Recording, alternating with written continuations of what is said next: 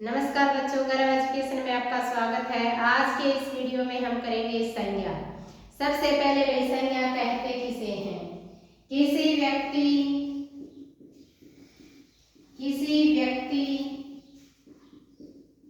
वस्तु, स्थान, प्राणी या फिर भाव आदि के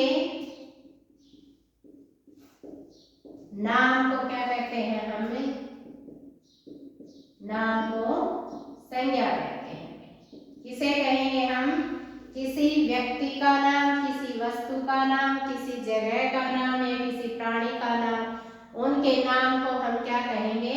संज्ञा। नाम को संज्ञा कहते हैं। क्या है? नाम को संज्ञा कहते हैं। उसमें किसी व्यक्ति का नाम भी आ सकता है, किसी वस्तु का नाम भी आ सकता है और किसी जगह का भी नाम आ सकता है। उसको क्या कहेंगे? हम संज्ञा कहेंगे। आगे चलते हैं भाई। आगे आता है अपना भेद या प्रकार। क्या आता है? भेद या प्रकार। तो संज्ञा के जब अगर मुख्यतः भेद पूछे तो संज्ञा के मुख्यतः 3 भेद होते हैं भाई। कितने भेद होते हैं? मुख्यतः 3 भेद होते हैं भाई। संज्ञा के कितने भेद होते हैं? 3 भेद होते हैं। अगर कुल भेद पूछे तो 5 होते हैं भाई। अगर कुल भेद पूछे तो कितने होते हैं? 5 होते हैं। तो अपना पहला है संज्ञा का भेद व्यक्तिवाचक संज्ञा। क्या है? व्यक्तिवाचक संज्ञा।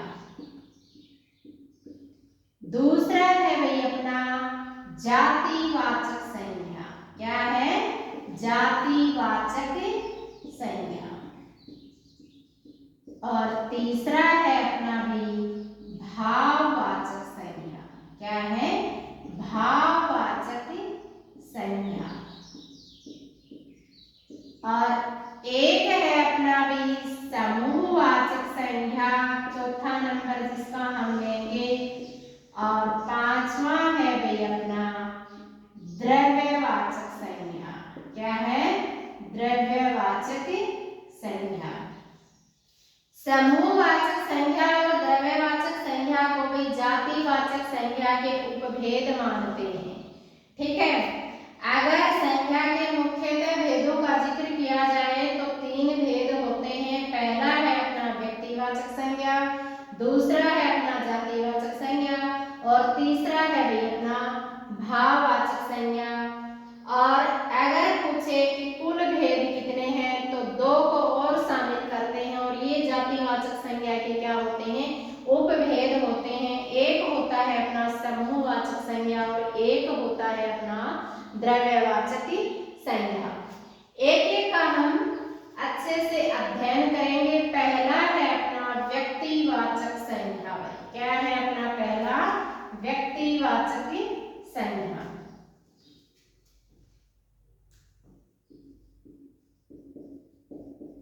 व्यक्तिवाचक संज्ञा।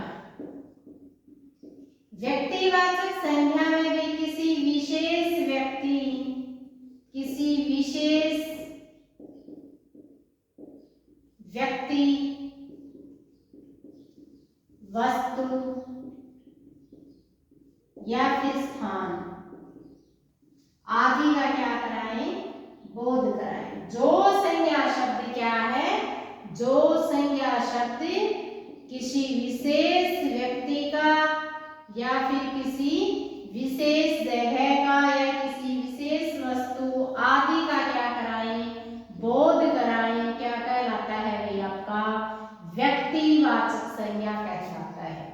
जो संज्ञा शब्द क्या है? किसी विशेष व्यक्ति का, किसी विशेष जगह का या फिर किसी विशेष वस्तु का बोध कराते हैं। क्या कहलाता है भाई? व्यक्तिवाचक संज्ञा कहलाता है।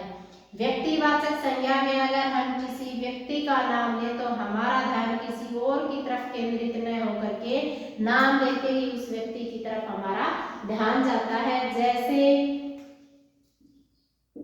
जैसे लंका का राजा रावण था। लंका का राजा रावण था। तो जब रावण का नाम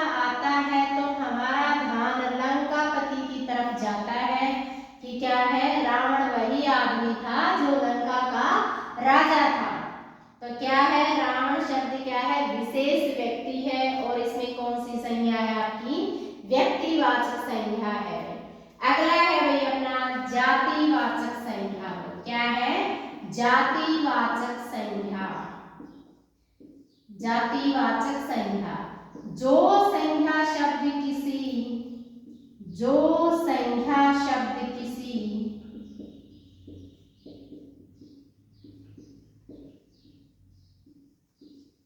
विशेष पूरी जाति या पूरे समुदाय का बोध कराए। क्या है, किसी जाति या समुदाय का बोध कराए, उसमें मनुष्य जाति आ जाए या फिर पशु जाति आ जाए या फिर क्या है, पक्षी जाति आ जाए, जो भी आ जाए तो क्या है, जो संज्ञा शब्द किसी जाति या फिर समुदाय का क्या है, बोध कराए, क्या कहलाते हैं आपके, जातिवाचक संज्ञा कहलाती है। जैसे देश में रावणों की कमी नहीं है, देश में रावणों की कमी नहीं है।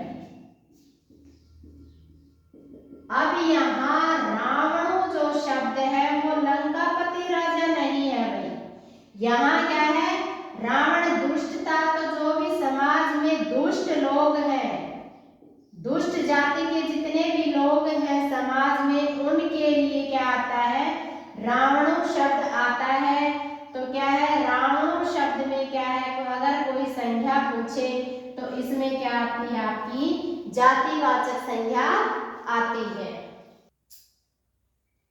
कुछ उदाहरण है भाई जिनमें हमें एक साइड व्यक्तिवाचक संज्ञा है, दूसरी साइड क्या है, जातिवाचक संज्ञा है, इनमें अंतर कैसे पहचानेंगे। देखो पहला है आपका, वह रामायण पढ़ रहा है। हमने बताया था कि कोई भी क्या हो, विशेष वस्तु हो या फिर विशेष व्यक्ति हो, जब भी कोई भी पढ़ रहा है तो हमारा ध्यान रामायण लेते ही वहीं जाता है, जो हमारा क्या है, रामायण क्या है, पवित्र ग्रंथ है भाई। रामायण कोई सामान्य पुस्तक नहीं है, विशेष पुस्तक है भाई। तो क्या है, रामायण क्या आपकी व्यक्तिवाचक संज्ञा है, वह पुस्तक पढ़ रहा है। ये क्या है, सामान्य पुस्तक है, हमें नहीं पता कि वो रामायण पढ़ रहा है या फिर महाभारत पढ़ रहा है या कोई और हिंदी इंग्लिश की बुक पढ़ रहा है, वह पुस्तक पढ़ रहा है, हमारा ध्यान कहीं नहीं केंद्रित हुआ, वह रामायण पढ़ रहा है, तो हमारा रामायण की तरफ क्या है, बिल्कुल ध्यान केंद्रित हुआ है कि रामायण हमारा क्या है, सबसे पवित्र ग्रंथ माना जाता है। अगला है भाई, रावण का भाई विभीषण था। जब भी रावण का भाई का नाम लेते हैं तो हमें विभीषण स्मरण होता है भाई, हमारा ध्यान विभीषण का नाम लेते ही रावण का भाई था, इसकी तरफ हमारा ध्यान जाता है। और अगर पूछा जाए कि विभीषण से सावधान रहो, तो विभीषण ने क्या किया था, अपने भाई के साथ विश्वासघात किया था। तो जो भी आज समाज में किसी के साथ विश्वासघात करते हैं उनको क्या करते हैं, हमें विभीषण की संज्ञा देते हैं भाई। तो क्या है, इसमें ये नहीं पता कि भाई कौन है विभीषण। क्या है, विभीषण से सावधान रहो, कहने का मतलब है कि जो भी विश्वासघाती है उनसे सचेत रहो। और जब भी विभीषण का यहाँ जिक्र आता है तो क्या है, रावण का भाई, हमारा ध्यान क्या होता है, केंद्रित होता है, रावण का भाई कौन था, विभीषण था। तो जब जिक्र आता है रावण का भाई विभीषण, तो उसमें आएगी आपकी व्यक्तिवाचक संज्ञा, और जब भी आता है जिक्र विभीषण से सावधान रहो, तो यहाँ क्या होगी, आपकी जातिवाचक संज्ञा होगी। अगला है भाई आपका, गंगा सबसे पवित्र नदी है। जब भी गंगा का जिक्र आता है तो पवित्रता के लिए हम उस नदी को मानते हैं, तो हमारा जब पवित्र नदी जब भी आता है तो हमारा ध्यान कहाँ जाता है, गंगा की तरफ जाता है। आगे है भाई, इसमें नदी बह रही है, हमें नहीं पता कि भाई ये कौन सी नदी है। जब भी पवित्र नदी का जिक्र आता है तो हम गंगा की तरफ ही विशेष ध्यान जाता है। तो इसमें क्या है, जब भी पवित्र नदी का जिक्र आता है तो गंगा ये विशेष नदी है, तो इसमें कौन सी संज्ञा होगी, आपकी व्यक्तिवाचक संज्ञा। और इसमें हमें नहीं पता भी कौन सी नदी बह रही है, तो इसमें कौन सा संज्ञा आएगी, आपकी